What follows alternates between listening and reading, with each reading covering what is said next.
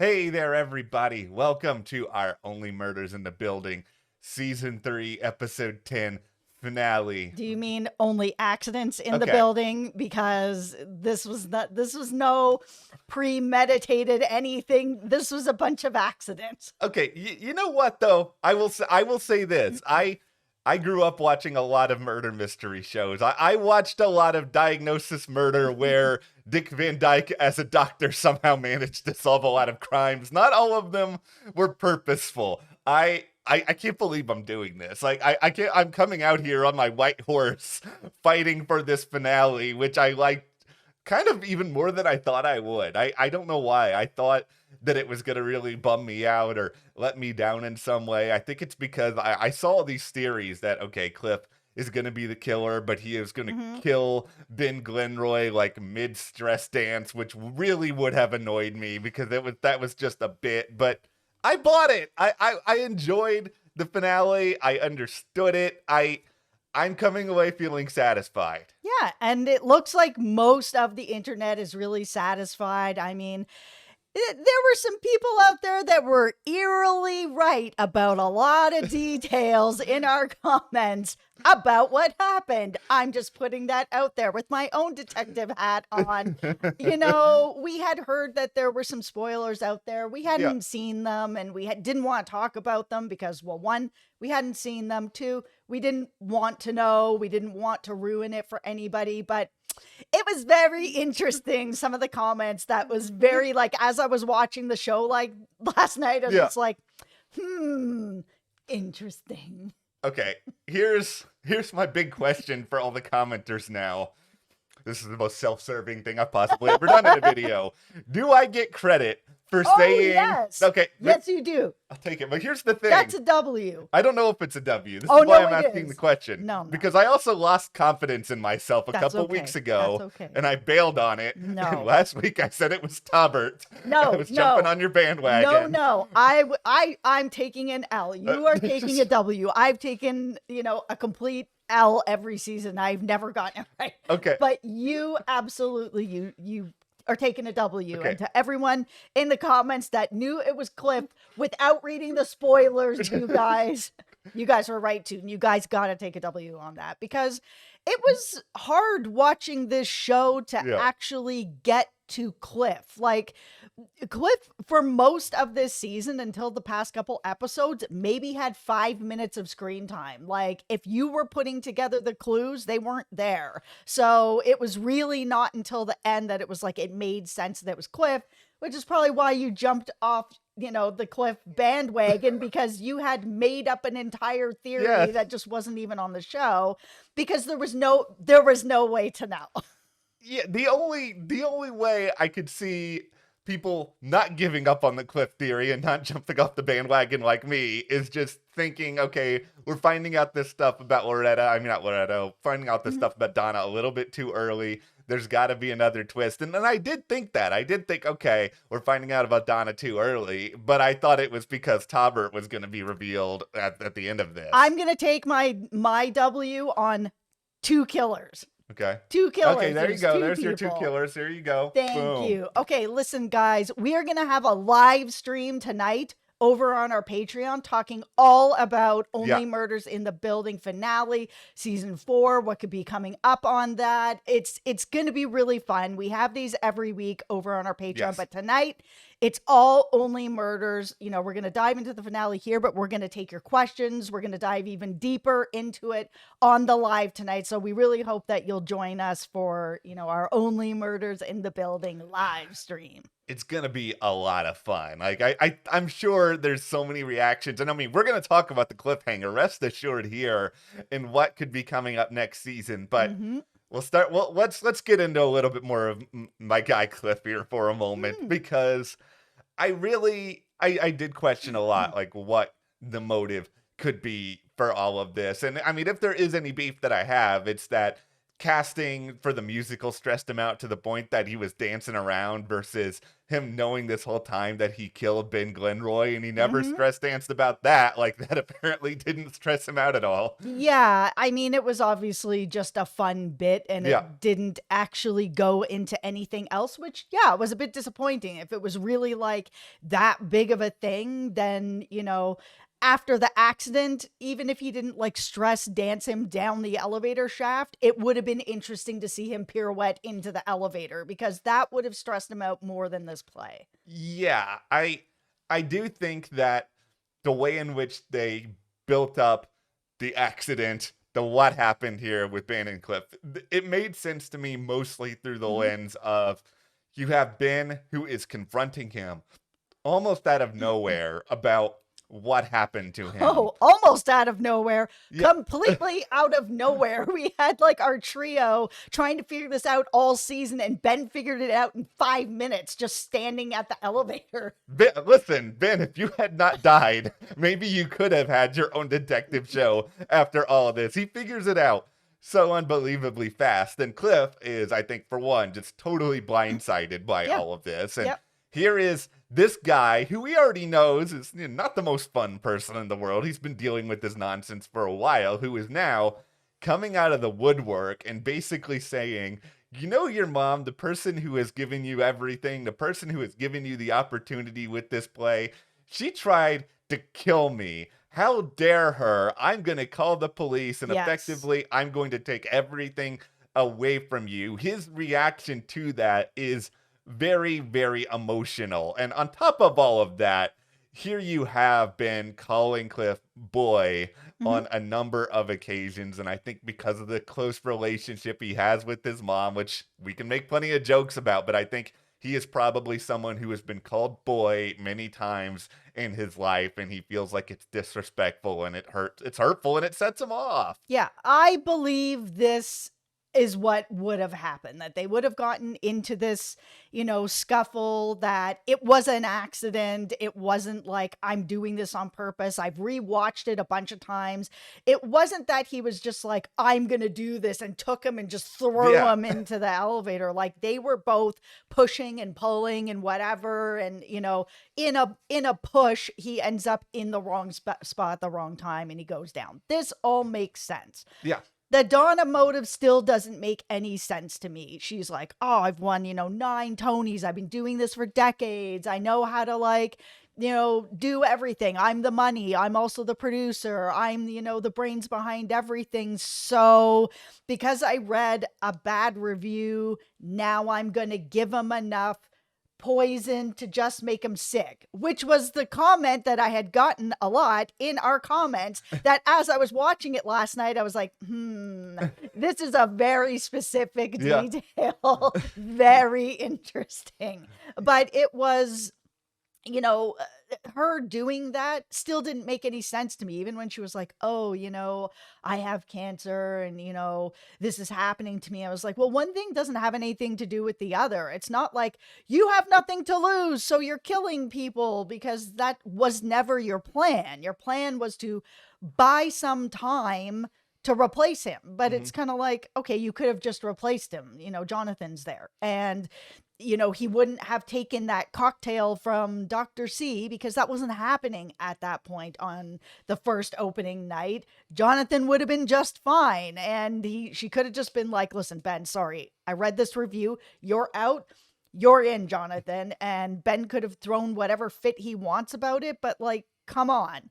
I do agree with you about Donna's motive being a little bit sketchy. I've tried to justify it in my head by, especially with what they said in this episode, that, okay, Donna's dying and she's really trying her best to make sure that when she leaves this earth, that Cliff is prepared career-wise to have like this Sure. big successful future. And maybe because of all this, she's not thinking rationally or clearly in the moment, but it is still a little bit of a stretch. And I mean, I'm not going to sit here and pretend like I know a lot about theater hierarchy or how you replace somebody or don't replace somebody. It feels just like there were probably many better ways to go about this than doing this to your lead, which could have very easily killed him because you don't actually know anything about rat poison, Tana. That's why you have an understudy. So if something happens to your lead, they just come in and take over the role. Like, this was flimsy. There was no reason for this. She could have easily benched Ben for any amount of reasons. She is the money. She is the producer. She has 9 Tonys. She has made way harder decisions than this.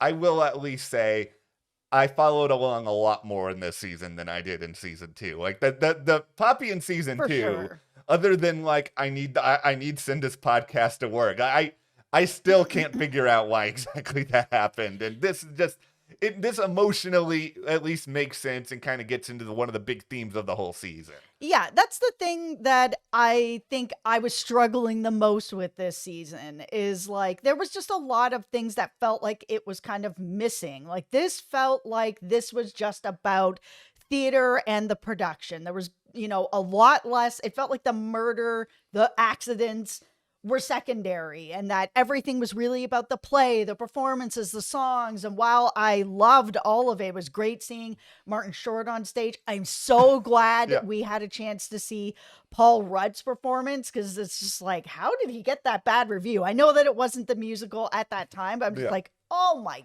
goodness, like he was so good. Martin Short, so good. Like it was amazing to watch that. But I was like, I felt like I was watching a different show because this show is about 3 people doing a podcast. And that was barely in this season. We saw it last episode. We saw it a tiny bit this episode. Like it was just not present.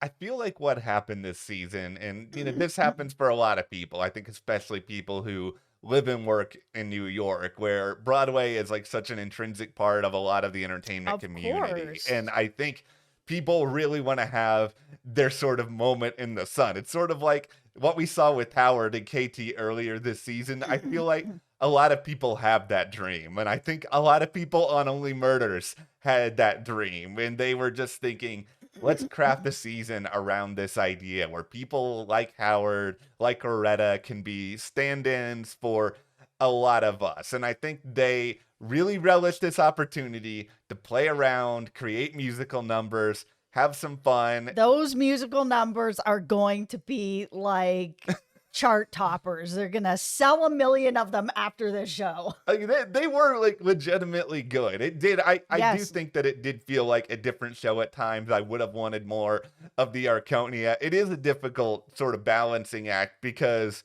things like seeing Paul Rudd sing on Only Murders in the Building, it's not something I ever expected. No. I mean, I would love to sit here and be like, Paul Rudd should get more roles after this, but Paul Rudd's going to get plenty of roles regardless. This show doesn't need to happen for that to happen. Everything that was happening on stage was magical. Watching Cliff try to throw himself on the stage and watching Uma and Matthew Broderick sitting in the audience, or Matthew Broderick's like, I'm so glad I'm not in this. I just died. The 2 funniest moments of this entire episode happened within this sequence. Yeah, Matthew Broderick, that line was great. My personal favorite was when Charles was taking off and Matthew Broderick was like, it's running exactly like a Nova Scotian constable would run. It was a tremendous callback. And then Cliff saying to throw away the box under my bed without opening it. That was hilarious. Cliff, for a killer on this show, Cliff is hilarious. Like I loved. Oh my God. Cliff is so good. He was so underutilized this season. Yeah, I just thought for a big killer reveal episode, there were a lot of like legitimately funny moments mixed in with these emotional, heartfelt moments like Loretta and Dickie finally having their conversation when he sort of knew in his heart pretty early on that she could be his mom, and just having that come out mid-musical. I was so happy for both of them. And what's going to be happening with Loretta and Tauber? They're both going to LA, it seems. I mean, I was expecting not to see them again after this season. And if they are both leaving, like maybe we'll have like a Mabel long distance. I know I was like, I don't want Mabel with Taubert because I thought Robert Taubert was killing people. So I was like, okay, this needs to not be a thing. But like, oh my God, he was also so funny, hiding behind a door, all covered in coats and hats and whatever. Oh my God. Jesse Williams was really good on the show. Like, I wish he had more of a role that wasn't just a love interest, because he showed me in little parts of the show that he's so much more. He had to love being able to do some stuff that wasn't like Jackson Avery. And He's so funny. Yeah, the coat rack scene was really, really fun. And I wish that I don't always wish that I was on set, but I wish I was on set watching him get that outfit on. He had to be cracking himself up, just like looking in a mirror at whatever that was. Okay, let's call this only 1 season contracts in the building, because let's face it, it's Meryl Streep. Yeah, she's not coming back. I'm gonna throw this out there. I think it's possible we see Meryl for 1 episode in season 4. I think we're not gonna see her the whole time. Like, I think that's impossible. But if they're going to actually keep Oliver and Loretta in some sort of romantic relationship, you guys make a lot of money with this show. Just like tell Meryl Streep, you can come in for 2 days. Here's $2 million. Or they're just going to have an email or a phone call or something like that. Yeah, I'm sure they will figure out a way to make it work. Okay, let's talk about that big ending here where Sazz goes into Charles's apartment to get some wine and get shot and is seemingly dead. And it obviously was somebody thought that they were trying to kill Charles, and they didn't. They ended up hitting Sazz. And it's interesting because last season we had this line that never came back into the show again, where Charles was with Ben and was like, stay away from her. Yeah. That just never, ever came back into play again. I think we can all just assume it was Loretta, but it never came back around. There was a line that Sazz said right before, she went to go get the wine, where she was just like, hey, Charles, I need to talk to you about something that's a little bit sensitive, like, can we go and talk about this sort of thing? And it was never said. And we saw her like trying to write in blood something, just one line. We don't know what it is yet.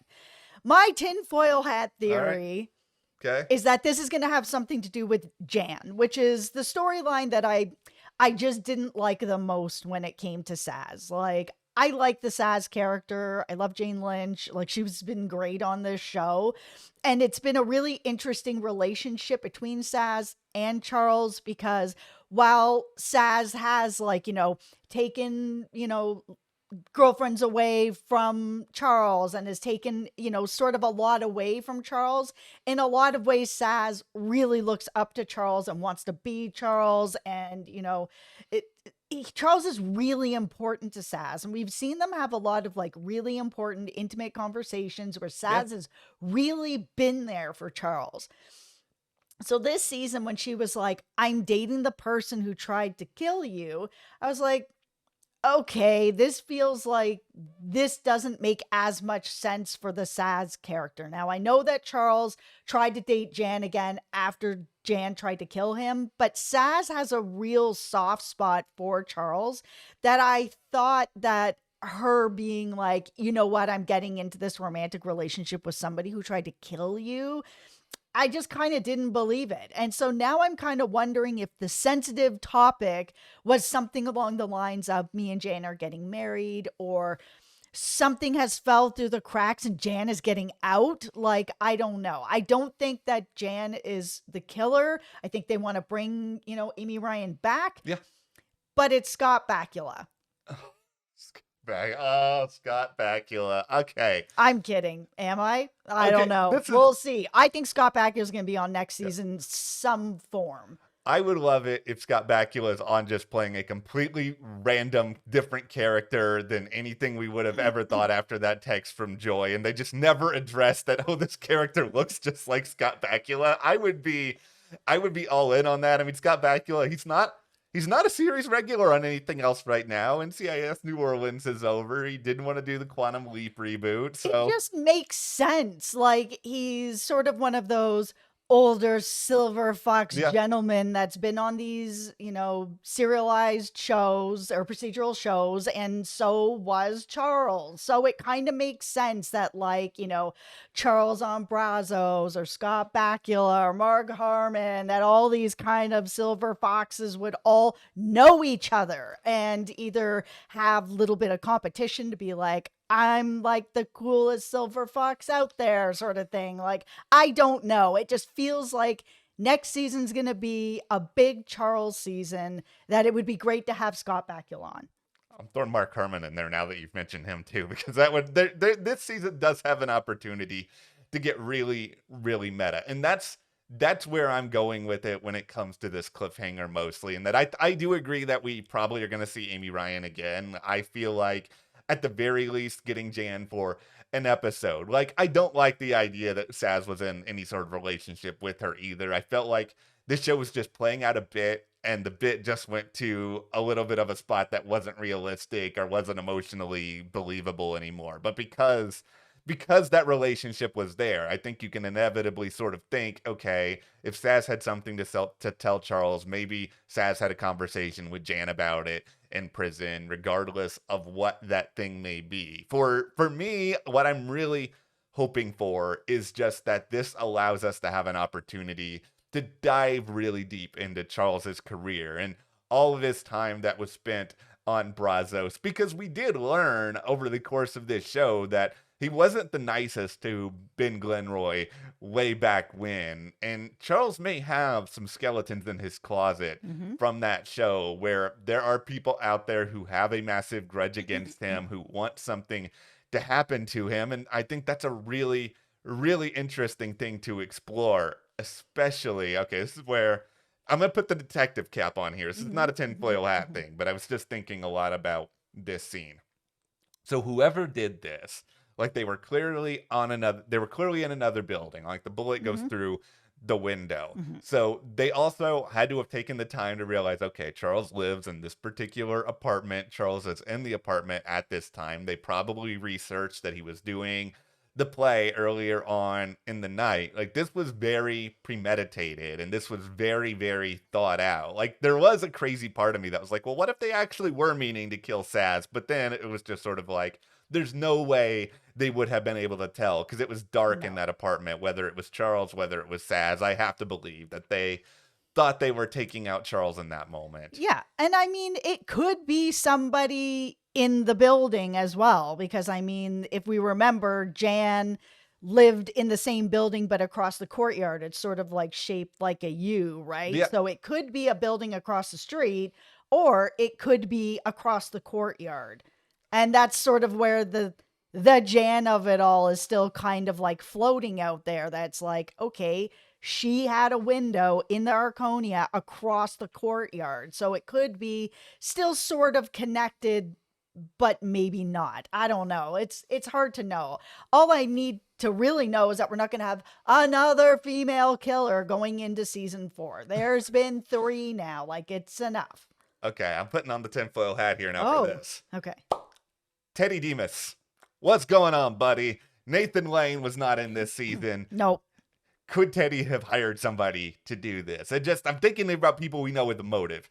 Teddy has a major axe to grind against the trio. Like, that has been very, very established through the past 3 seasons of the show. It's true, but it's more against Oliver than Charles. Yeah, I guess like, so. Like, if it was Oliver, then I think we'd all be like, oh, Teddy, here we go. It may also just be too obvious at this point, because we all know that Teddy is kind of this very questionable moral dude. I could see them trying to go in a little bit more of an unexpected direction with all of this. Yep. I just do think in general this season was really satisfying. It was fun. I know that not everybody out there likes musicals. I'm not necessarily a fan of all musicals either, but I do think a lot of it worked within the context of what we got. My biggest fear entering season 4 is that this is going to be the final season, because how do you do something else after one of the trio was attempted to be the victim of all of this? Like, it feels like this is a story that you tell when you know you're kind of setting up the end game. Charles has been, almost killed before already. I mean, we've seen this in season 1. Jane tried to kill him in season 1. It's So, true. I mean, Charles then somebody else trying to kill him in season 4. I mean, it's kind of like we've been here with Charles before. So for me, it doesn't feel like for sure this is the end. But at the same time, I mean, how many stories is there that they can kill people in the building? I mean, this season was just an accident twice. Like, it's like what we really need, or what I really need, is I need to see the trio back together. I need to see this play. While it was fun to watch the musical, I love musicals, I love Broadway. It just didn't feel like Only Murders in the Building to me, because the trio was not together for most of it. The podcast was not really in anything this season, and it was just an accident. So, like, trying to get to where it was like, oh, it was Cliff. There just wasn't enough there this season. We barely saw him until the last like 2 or 3 episodes. So it's just, for me, this was definitely better than season 2. I mean, there was a lot of stuff in season 2 that I liked. Like, it felt like, the trio was still together. Yeah. It was still about investigating the murder. I mean, I loved Bunny and seeing her and Uma and in the building and Got Milk Lady. Like, there was so much Yeah. stuff that I just felt like my heart was aching for this season that just didn't come together. It was too much out of the building. I feel like we're going to get back to basics a little bit in season 4. I mean, everything is very much in the building at this point. This isn't like the start of season 3 where they're like, oh, we're just going to write in that Ben actually died in the building after almost killing him on the stage. All I have to say is I really hope that Mabel does not have a romance. Like, either keep her long distance with Robert Taubert that way, because I don't think he's coming back. That, there's like, oh yeah, I talked to him earlier today. Something like that. She doesn't need any more romance. She needs to figure out her life. This whole like season was about, for Mabel, I need to figure things out. Like, she's not even really living in the building anymore. Like, she doesn't have like a her own home. She's just staying with Theo. So it's kind of like, I thought things were going to move forward for her in some kind of way, because she was on that journey and she ended the season where she started, except without an apartment. I'm hopeful. I'm feeling optimistic that they have some sort of plan here. I think that the good news for potentially fulfilling your wish is that we're not getting some sort of elaborate time jump here. So there's no time to put Mabel in a new relationship. She's with Taubert right now. Maybe that will work. Maybe that won't work. We'll see. But we're really just going to dive right back into the thick of it in season 4. I mean, we're both clearly very excited about that. And also, as Jess mentioned earlier, we are really excited to do the live stream later tonight, 7 o'clock Pacific time, 10 p.m. Eastern. We have a link in the description below. Hope to see you guys there. Thank you so much for watching, and thank you to our patrons as well. Thank you. We'll see you here next time.